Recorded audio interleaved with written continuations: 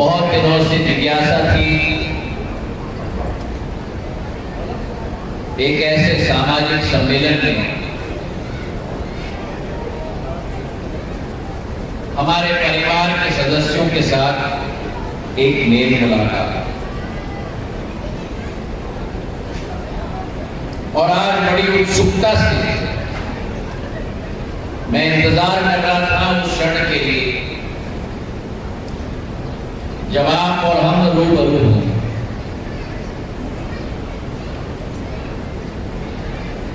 रास्ते में मेरे दूरभाष पे संकेत आया कि मौसम खराब हो चुका है, व्यवधान आया है।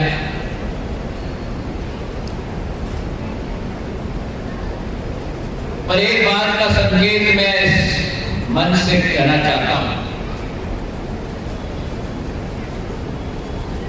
जब जब चुनौती आई वो शिवरे कल्चुरी समाज ही है जो प्रधानमंत्री जी के शब्द की चुनौती को अवसर में परिवर्तित करना होगा, और वो शिवरे कल्चुरी समाज सदैव अपने जीवन में अपनाती है।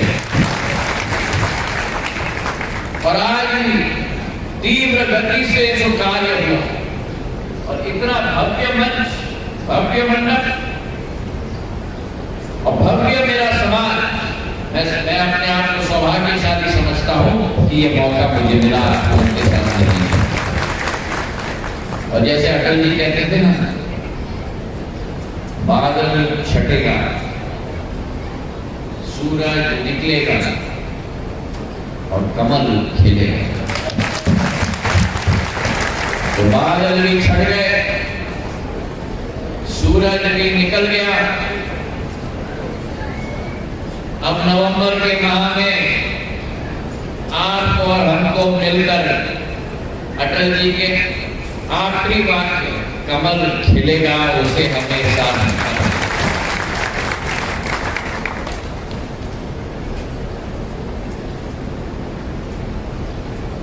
आज मंच पर मैं सभी वक्ताओं को सुन रहा था।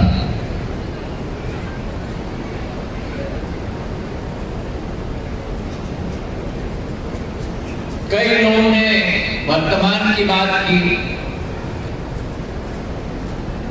कई लोगों ने कुछ मांगे मेरे सामने रखी, कुछ लोगों ने भविष्य की बात की, और समाज को मैं ये निवेदन करना चाहता हूं कि अगर हम अपने वर्तमान की बात कर रहे हैं या भविष्य की हम नींव बो रहे हैं, समाज को सदैव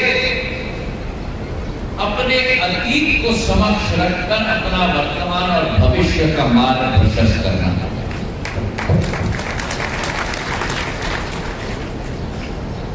और क्या गौरवशाली इतिहास है हमारे कल्चुरी समाज।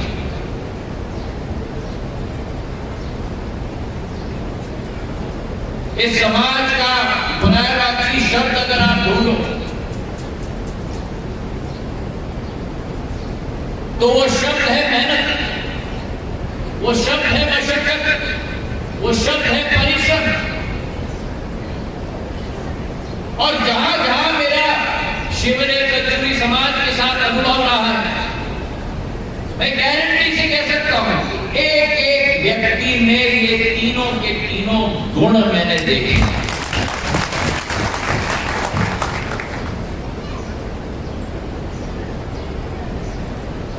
आपके समाज का भारत के इतिहास में भी एक बहुत महत्वपूर्ण योगदान रहा है। राजा महिष्मत, भगवान सहस्त्रबुद्धे बाहु अर्जुन के वंशज आपको, भगवान सहस्त्र बाहु अर्जुन की जो क्षमता थी, जिनको आज हमने यहां खड़े होकर नमन किया, उनकी तस्वीर को आप देखो तो एक अलौकिक ज्योति का प्रकाश प्रकट होता है और उनके दरबार में हम सब नतमस्तक होकर प्रेरणा लेने की कोशिश करते हैं। अगर भगवान सहस्त्रभाव अर्जुन की हम बात करें जिसका संदर्भ समीक्षा जी ने अपने भाषण में भी वर्णन किया, 1000 साल पूर्व इस किले पे ही उस समय के शासक ने उनकी पत्नी 1092 की शताब्दी में भगवान विष्णु की भक्त होगी और इसलिए वहां भगवान सहस्त्रबाहु का मंदिर बना।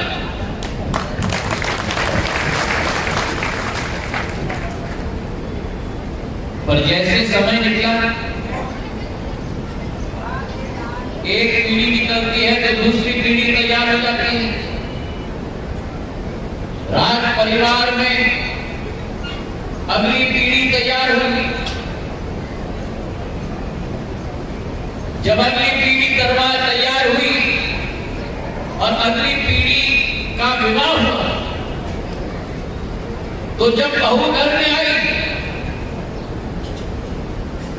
जहां सास भगवान विष्णु की भक्ति, बहू भगवान शिव की भक्ति, और इसलिए सास के मंदिर के पास भगवान शिव का मंदिर की स्थापना हुई। भगवान सहस्त्रबाहु अर्जुन के मंदिर के समीप भगवान शिव जी का मंदिर की स्थापना हुई और इसलिए किले के दोनों मंदिरों को सास और बहू का मंदिर का नाम से जाना जाता है। देश भर में आप लोगों का क्या रिश्ता मुझे नहीं मालूम, लेकिन ग्वालियर में आप लोगों का इस माटी के साथ 1000 साल पुराना रिश्ता है। तो अगर ग्वालियर में किसी का पहला हक बनता है तो उसमें कलचुरी शिवरे समाज का भी हक बनता है। भगवान सहस्त्रबाहु अर्जुन राजा महिष्मत की क्षमता अपार, बलिदान, उदार विचारधारा और तपस्या की धनी थी। और आज वही 3 क्षमताएं हम समाज में भी देखते हैं। समाज में एक और महत्वपूर्ण चरित्र है मेरे भाई और बहन। आप देश भर में जहां भी शिवरे समाज या कलचुरी समाज की आबादी को देखोगे, माहौल को देखोगे, वहां इस समाज ने केवल अपने समाज के लिए नहीं, लेकिन क्षेत्र के लोगों के लिए एक दान की प्रणाली, समाज सेवा की प्रणाली और व्यवहारिकता की प्रणाली, ये 3 चरित्र मेरे शिवरे समाज के सदैव रहे।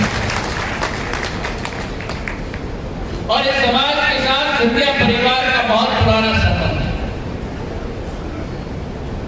क्योंकि जहां दान, व्यवहारिकता, समाज सेवा आपका चरित्र है, वही दान, व्यवहारिकता और समाज सेवा सिंधिया परिवार का भी चरित्र है। आज ग्वालियर विकास के पथ पे निकला है, आज ग्वालियर प्रगति के पथ पे निकला है और उस विकास और प्रगति के पथ पर निकलता हुआ ग्वालियर में आपके समाज का बहुत बड़ा योगदान है। आज आपके समाज ने इतनी विभूतियां ग्वालियर चंबल संभाग में, मेरे कोलारस में मेरा साथी रविंद्र शिवरे ग्वालियर में मेरी महापौर, पूर्व महापौर समीक्षा गुप्ता जी, पार्षदों की तो श्रृंखला है, एक दो नहीं, मतलब शिवरे समाज की तो श्रृंखला है। और मुझे इस बात की बड़ी खुशी है, इस बार तो पार्षदों की श्रृंखला में मेरी शिवरे समाज की दो महिलाएं पार्षद बन गई हैं। पूर्व में पार्षद पुरुष बनते थे, लेकिन ये भी प्रगति और विकास का प्रतीक है, क्योंकि जिस समाज के सम्मेलन में जितनी संख्या में पुरुष जाति दिख रही है, उससे ज्यादा संख्या में महिलाओं की तादाद दिख रही है। इस बात का संकेत है कि वो समाज प्रगति और विकास के वाहक हो। आज ग्वालियर प्रगति और विकास के पथ पे चल रहा। हमने एयरपोर्ट की बात की, मैं विश्वास आपको दिलाता हूं कि देश के 75 साल की आजादी में एक ऐसा एयरपोर्ट ग्वालियर के लिए मैं तैयार कर दे रहा हूं जो कीर्तिमान बनेगा। एक साल के अंदर 500 करोड़ रुपए का एयरपोर्ट तैयार होकर आपको समर्पित कर रहा हूं। पिछले अक्टूबर में 16 तारीख को गृह मंत्री आए थे शिलान्यास के लिए, और 1-1.5 साल की अवधि में जो एयरपोर्ट सामान्य तौर पर 3-3.5 साल लगता है बनने के लिए, आप में से कई लोग इंदौर और भोपाल जाते होंगे। इंदौर या भोपाल का एयरपोर्ट आपने देखा? किसने देखा है? हाथ उठाओ। बड़ा है कि नहीं? मेरी महिलाओं ने देखा है इंदौर भोपाल का एयरपोर्ट?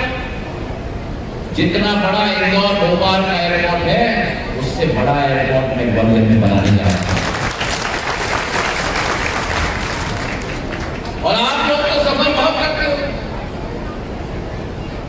जिस ग्वालियर के हवाई अड्डे में एक कौवा बोलता नहीं, आज उसी ग्वालियर के हवाई अड्डे पर छोटे छोटे विमान नहीं, लेकिन देश के सबसे बड़े विमान एयरबस 320 और बोइंग 737 में लेके आया है।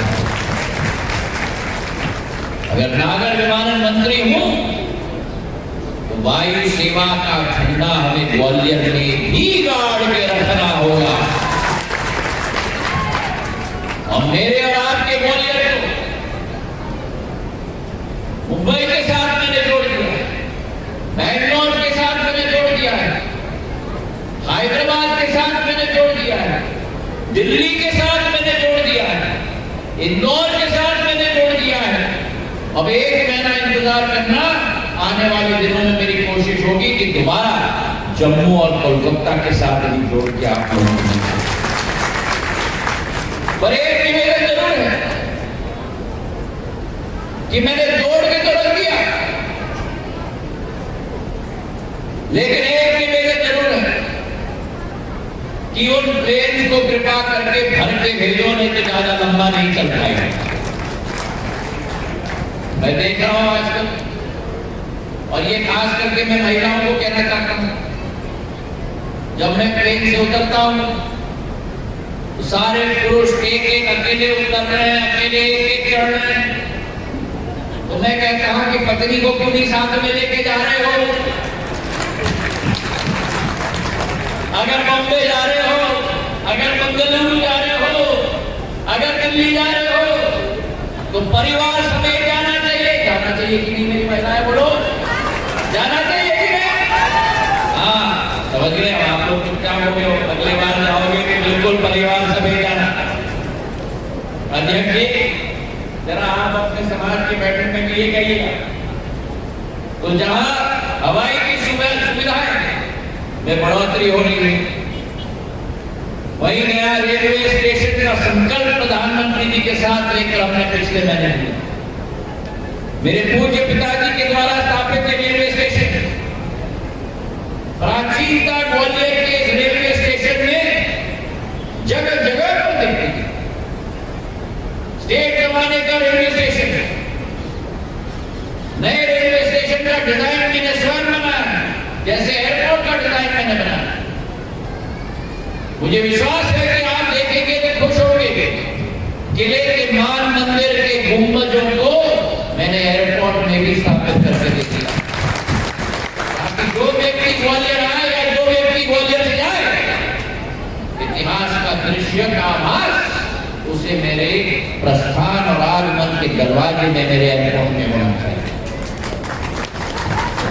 और वही एक दृश्य हम लोग ग्वालियर के रेलवे स्टेशन में भी तैनात करते हैं। बीच में प्राचीन स्टेशन रहेगा, बाएं तरफ बाकी प्लेटफॉर्म में जाने के लिए आधुनिक एस्केलेटर के साथ चलता हुआ एक आवागमन की सुविधा, और दाएं तरफ प्लेटफॉर्म से आने के लिए एस्केलेटर की सुविधा। दोनों तरफ आधुनिकता और बीच में मेरी ग्वालियर की प्राचीनता। नया रेलवे स्टेशन 550 करोड़ का बन रहा है। वंदे भारत ट्रेन आ गया ग्वालियर, उसकी स्टॉपेज हमने करा दी। ग्वालियर में सबसे बड़ी मांग पानी की किल्लत की होती है। जो सपना हमने देखा था,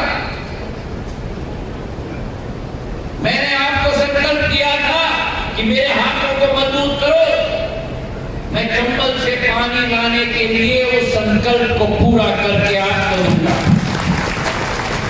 और लोगों ने मजाक उड़ाई कि सिंधिया जी सपना देख रहे हैं। अरे भाई, हमारा दायित्व है ग्वालियर के लिए सपना देखना, और हमारा दायित्व है उन सपनों को साकार भी करना। सही है कि नहीं? सही है तो तालियां बजाइए। महिलाओं की तालियां आपसे ज्यादा बज रही है भैया, क्या हो रहा है?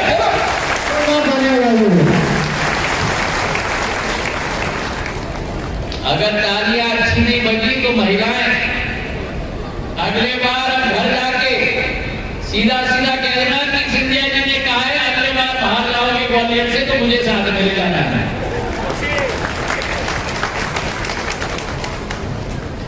पानी की योजना 1300 करोड़,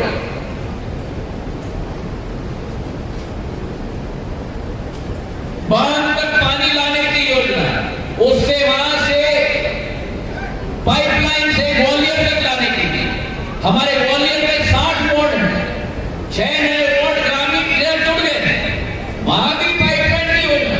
क्योंकि प्रधानमंत्री जी की जो सोच है, हर घर नल पानी की योजना आए और आपके घर में टोटी ना हो, या आपके घर में टोटी हो पर उसमें पानी ना हो, ये प्रधानमंत्री जी के नेतृत्व में संभव नहीं हो सकता। योजना आएगी तो टोटी भी होगी और पानी भी होगी, घर घर होगी।